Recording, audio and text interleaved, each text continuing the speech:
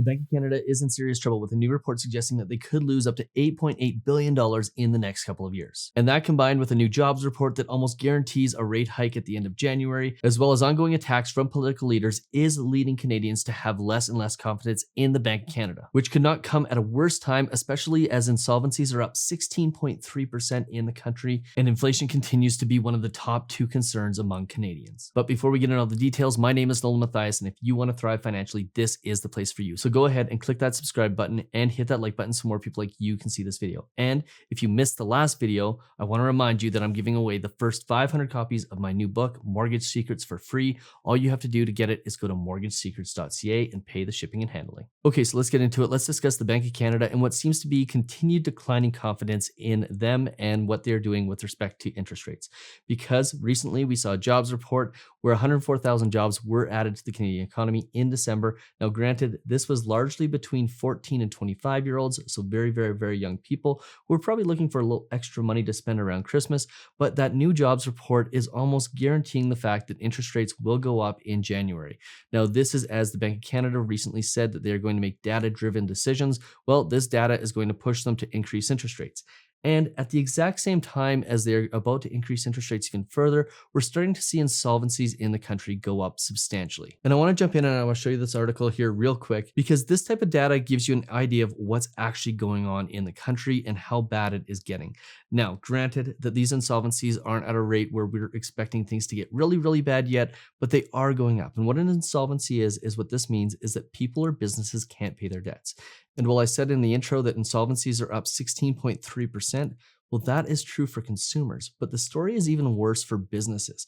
Business insolvencies are up 58.3%, which means they're approaching 1.5 times what they were this time last year, which means there are a lot of businesses out there that are struggling and going out of business. And what that means is that is going to affect jobs, because when businesses go out of business, people lose their jobs. So this could lead to a shift in those employment numbers. Now, one thing I want to point out and talk about with respect to insolvencies real fast before we get into other sections of this video is consumer proposals. This is making up 75% of the insolvencies in Canada. So consumer proposals are a slightly better alternative to a bankruptcy. However, they aren't a significantly better alternative.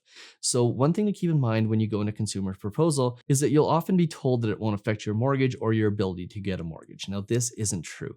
A consumer proposal from a credit standpoint, while it's not completely as bad as a bankruptcy, it is still one of the worst things that you could have on your credit. So if you are in a situation where you are looking at a consumer proposal, listen to me right now, make sure that you absolutely cannot pay those bills and that it is your last resort. Because some people sell consumer proposals as something that is not going to affect your credit, but it will have a significant effect on you for at least the next 7 to 10 years. So keep that in mind, and if you can find another way out of your debt that involves paying it rather than putting it into a consumer proposal, then go ahead and go down that route. Because even though a consumer proposal may seem attractive, at the end of the day, it really isn't a better solution than paying your debts. Now, going back to the Bank of Canada conversation, the Bank of Canada has continued to receive criticisms from all sorts of different people. This includes political leaders who will go unnamed because I can't remember how to say his last name properly, and it includes big banks.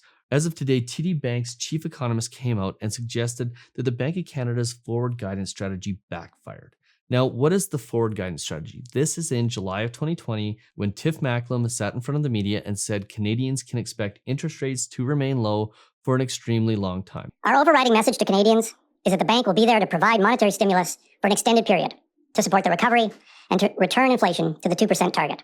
Interest rates are very low and they're going to be there for a long time. We recognize that Canadian businesses are facing an unusual amount of uncertainty. And so we have been unusually clear about the future path for interest rates. If you've got a mortgage, or if you're considering to make a major purchase, or you're a business and you're considering making an investment, you can be confident that interest rates will be low for a long time. Low interest rates make spending and investment more affordable, and spending and investment will support the recovery. That would be our message to Canadians. And what this led to was long-term interest rates, including 5-year fixed mortgages, to come down and be priced substantially cheaper than what they otherwise would have been. And this strategy was designed to give Canadians confidence in borrowing money. And ultimately what happened is it led to significant issues, especially in July of 2021 when inflation started to ramp up.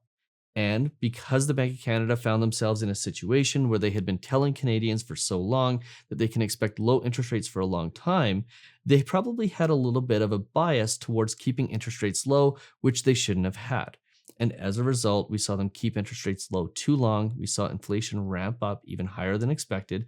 And now we find ourselves in a situation where they have increased interest rates by 4% in the last year, which has had a significant impact on many Canadians. And it's probably part of the reason why those insolvencies went up so high. And at the same time, this is part of the reason why the Bank of Canada is expected to lose up to $8.8 billion in the next 3 years. And I'm going to get to that a little bit later on in this video. So make sure you watch until the end because I want to talk about that at the end and discuss exactly what it means for Canadians. But before we do, let's talk about Pierre Poilievre and the fact that he has continued to attack the Bank of Canada governor, suggesting that if he were elected, he would fire Tiff Macklem. And I have to talk about this for a second because this is very, very dangerous. When a political leader and somebody who is gaining as much momentum as Pierre Poilievre is starts talking negatively about the Bank of Canada governor, it starts to erode the confidence in the Bank of Canada and its ability to do its job. Which means that if consumers don't believe that the Bank of Canada will be able to bring inflation expectations down from where they are to where they should be, they will start acting as if inflation is embedded in the economy. And once it becomes embedded, that makes the situation worse.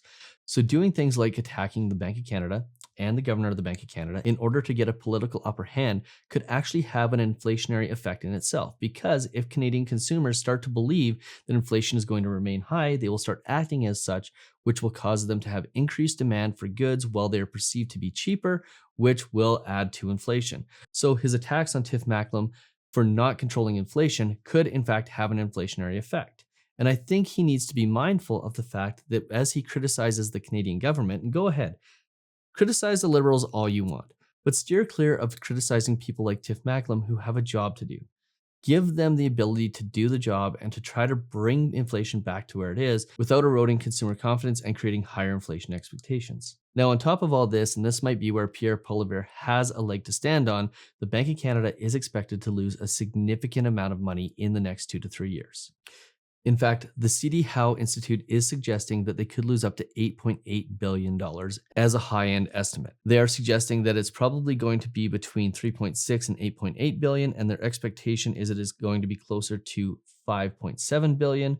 But the reality here is that the Bank of Canada is losing a significant amount of money, and here's the reason why. Revenue on interest from its assets did not keep pace with interest charges on deposits at the bank. In other words, things like Canadian government bonds, which it bought en masse, and which were paying the Bank of Canada interest as a result of them holding them, and things like mortgage bonds that were paying them interest, weren't paying them enough interest to offset the amount of interest that they had to pay to organizations that had deposits at the Bank of Canada. And the reason why is simple, those assets that they purchased in the year 2000 and 2001 are paying a significantly lower interest rate than they are having to pay out on the deposits at the bank. Now, the question is, who is making deposits at the Bank of Canada? Well, it's the federal government, it's big banks, and surprisingly, other foreign central banks. And the problem of paying out more interest than it is receiving is expected to continue as long as interest rates remain high. And while these losses don't affect the way the Bank of Canada operates with respect to the money supply, it does have a significant impact on the perception of confidence in the Bank of Canada. And in order to remedy this, the Bank of Canada will have to turn to the federal government, who will essentially cover those losses. Now, unfortunately, this will create further issues for the Bank of Canada, especially with respect to the politics involved with the federal government covering those losses. And essentially how this would all look is the Bank of Canada would basically say, hey, we've got all these losses here, and eventually when we have profits, we'll go and we'll pay them off. But for now, we're just going to put them on the balance sheet. But more importantly, and more than likely, what this is going to cause is a conversation around reform at the Bank of Canada. Now, with respect to interest rates coming down, that is starting to look like it is less and less likely, especially as the predictions for a recession at the end of 23 are becoming more and more mild, which means we may not see the expected reduction in rates that many economists and many pundits have predicted. And if those reductions in rates don't happen, and the Bank of Canada continues to have to pay out more than it is receiving, well, it's going to continue to lose money. And on top of that, Canadians are going to continue to pay higher interest rates. And only time will tell how high interest rates will have to go before we get a recession that is capable of really bringing inflation back to 2%. Because that's the real reality here. In order for us to get back to 2% inflation target, we need to have a recession that causes demand to go below zero, GDP as a result to go below zero, and then subsequently inflation will reduce as a result. So it may appear that we may be in a high interest rate environment for quite some time, And it more than likely will mean that we're going to be in a high inflationary environment for longer than expected. But like I've said before, the future of inflation and the future of interest rates is anybody's guess. Nobody has a crystal ball, and we won't know what's happening with inflation until it happens. So the best thing all of us can do as a consumer is make sure that we reduce our risk and try to increase the gap between our debt obligations and the amount of money that we make.